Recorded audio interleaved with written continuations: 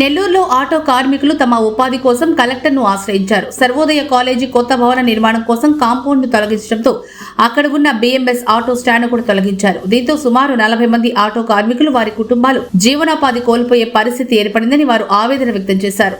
సోమవారం నెల్లూరు కలెక్టరేట్లోని తిక్కన భవన్లో జరిగిన ప్రజా సమస్యల పరిష్కార వేదికలో కలెక్టర్కు వినతి పత్రం అందజేశారు. ఆర్టీసీ బస్టాండ్ వద్ద ఉన్న ఆటో స్టాండ్లో బీఎంఎస్ సభ్యుల ఆటోను నిలుపుకునేందుకు అనుమతి కల్పించి తమకు ఉపాధి కల్పించాలని కోరారు.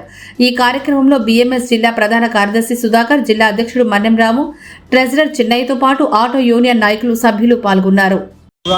బీఎంఎస్ జిల్లా కార్యదర్శిని ఈరోజు ఆటో కార్మికుల సమస్య మీద జిల్లా కలెక్టర్ గారికి వినతి పత్రం సమర్పించడం జరిగింది. సమస్య ఏంటంటే సర్వోదయ కాలేజ్ దగ్గర మా బీఎంఎస్ ఆటో స్టాండ్ కార్మికులు స్టాండ్ ఏర్పాటు చేసుకొని ఉపాధి కల్పిస్తున్నారు. ఈరోజు జిల్లా ఎస్పీ గారు వచ్చేసి అక్కడ ట్రాఫిక్ సమస్య ఏర్పడుతుంది, ఇక్కడి నుంచి ఆటోలు తీయమని చెప్పడం జరిగింది. మాకు ఆర్టీసీలో కూడా ఆర్టీసీ అనేది ఏ ఒక్కరి సొత్తు కాదు, గవర్నమెంట్ సొత్తు కాబట్టి అన్ని యూనియన్లకి సమాన అవకాశం కల్పించాలని చెప్పి ఇదివరకే ఆర్ఎం మేడం గారికి మేము అర్జీ రూపం ఇవ్వడం జరిగింది.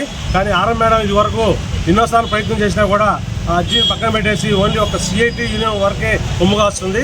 ఇది కరెక్ట్ విధానం కాదు. కాబట్టి BMS union, auto stand union వాళ్ళకి కూడా టోకన్ సిస్టమ్ అన్న పెట్టేసి అక్కడ స్టాండ్ ఏర్పాటు చేయాలని కోరుతున్నాము. లేని పక్షంలో ఆటో స్టాండ్ కార్మికులతో పెద్ద ఎత్తున ఉద్యమం చేసేదానికి కూడా సిద్ధంగా ఉన్నాము. శివ, నేను ఒక ఆటో కార్మికుడిని. ఆర్టీసీ సర్వోదయ ప్రాంతంలో గత 30 సంవత్సరాల నుంచి మేము 40 మంది కుటుంబ సభ్యులు ఇక్కడ ఆటోలు పెట్టుకొని నడుపుకుంటూ ఉన్నాము. అయితే ఇప్పుడు ట్రాఫిక్ సమస్య ఎక్కువగా ఉందనేసి పోలీసు వాళ్ళు వచ్చి మా ఆటోలను అక్కడి నుంచి తొలగించాలని చెప్పేసి మమ్మల్ని వేధిస్తూ ఉన్నారు. బస్సుల్ని అక్కడ ఆపకుండా ఆర్టీసీ లోపలికి వెళ్ళే విధంగా వాళ్ళు చర్యలు తీసుకుంటున్నారు. అయితే ఆర్ఎం గారిని కలిసి మేము 40 ఏళ్ళ నుంచి అక్కడ బతుకుతున్నాము, ఈరోజు అక్కడ బస్సులు ఆగకపోతే మేమందరం రోడ్డును పడిపోతాము, మాకు ఏదైనా ప్రత్యామ్నాయం చూపించండి అని అడిగాము. అయితే వాళ్ళు సిఐటి వాళ్ళకి సపోర్ట్ చేస్తూ మాట్లాడుతూ బీఎంఎస్ వాళ్ళని చిన్న చూపు చూసే విధంగా ప్రవర్తిస్తోంది. ఇది కరెక్ట్ చర్య కాదనేసి కలెక్టర్ గారికి ఈరోజు అర్జీ రూపంలో మా సమస్యను తెలియజేశాము. అయితే మాకు ఆర్టీసీ లోపల స్టాండ్ అన్నా ఏర్పాటు చేయాలి, లేదా అందరికీ సమాన విధంగా టోకన్ సిస్టమ్ అన్నా పెట్టాలనేసి మా యొక్క ఈ అర్జీలో అయితే తెలియజేశాము. మాకు ఇప్పుడు ఈ బస్సులు ఆగకుండా చేయడం వల్ల ఇప్పుడు 40 మంది కుటుంబాలు రోడ్డును పడిపోయాయి. మాకు బస్సులు ఆగితేనే మాకు జీవనాధారం.